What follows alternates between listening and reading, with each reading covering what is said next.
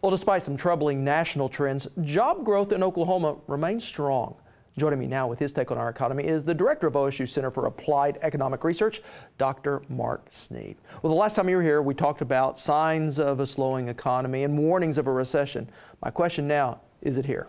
It is in a way. It's a complicated picture. The national conditions have weakened beyond what we expected and saw at the end of last year and in early 2008. They have changed very quickly, and I think it's clear that the national economy is in a recession. But it's a regional recession. It's only affecting certain areas. If you take the West Coast from Northern California all the way to Texas and Louisiana, all the way up the East Coast, and some of the Rust Belt, it's clearly in recession. There's no doubt about it. And that's what's driving the national numbers. But if you take the swath out of the middle of the country, it looks completely different. And Oklahoma is somewhat the classic case. It's energy states, and it's these states that are avoiding the housing market collapse. So yes, it is here, but no, not in Oklahoma. We're doing quite well. Well, let's talk about the energy. What have you found from an energy standpoint and how it's helping our state? It is making a very large difference. Last year, we knew it was having an impact since energy prices started rising rapidly in 2004. We could see it in the data, and we knew a large portion of our outperformance relative to the nation was due to it. But after the slowdown at the national level, we're becoming more convinced that nearly all of the outperformance is due to energy.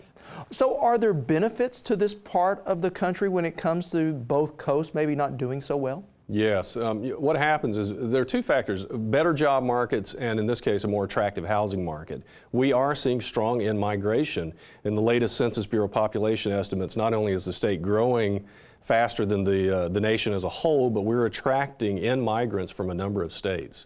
Could it ever become a double-edged sword? And the fact that while high oil prices help maybe the energy sector, $100+ barrel oil scares me off at the gas pump and makes me maybe tighten my belt. Absolutely. There are actually two double-edged swords here. The first is exactly that. It does have negative impacts on not only households, consumers in terms of gasoline and heating and cooling costs, but also on the business sector. In the same way, it generally raises product prices.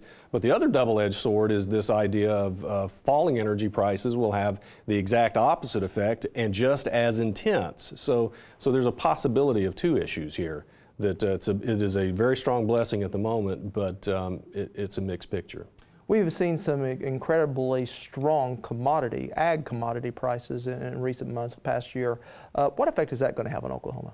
It's having a very important effect, and the effect is where it's occurring. It's occurring in the rural areas of the state, the traditional areas where we haven't experienced the job and income growth that we have in Tulsa and Oklahoma City. So it is for a change. You're seeing these high crop and commodity prices generating significant income gains relative to not only the state but the nation, and it is part of the boost to the rural sector we've been enjoying the past 3 or 4 years. Now, we see so much on the weak dollar. Is that helping the manufacturing industry here in Oklahoma? It is, in general, it has put pressure on the overall state economy, but this hidden component is that manufacturing and the manufacturing that would be exported is going to receive a tremendous boost long-term from a weak dollar. The reality is everything we sell internationally is now roughly half the price it was just a few years ago. So despite the fact that our exports, everything we are buying is more expensive, it will create probably a mini boom in manufacturing exports in the next 5 to 7 years. It's a very important structural change. And we are still experiencing maybe limited job growth, but job growth in the state. Well, you know, there are two weak areas in the state right now. Manufacturing employment is one of them, and government is the other. But manufacturing is still outperforming the sector at the national level. So despite the fact that it is one of our weakest sectors, it is much stronger than the national level, and it's challenging to call that weakness. You know, we are outperforming the national level in manufacturing.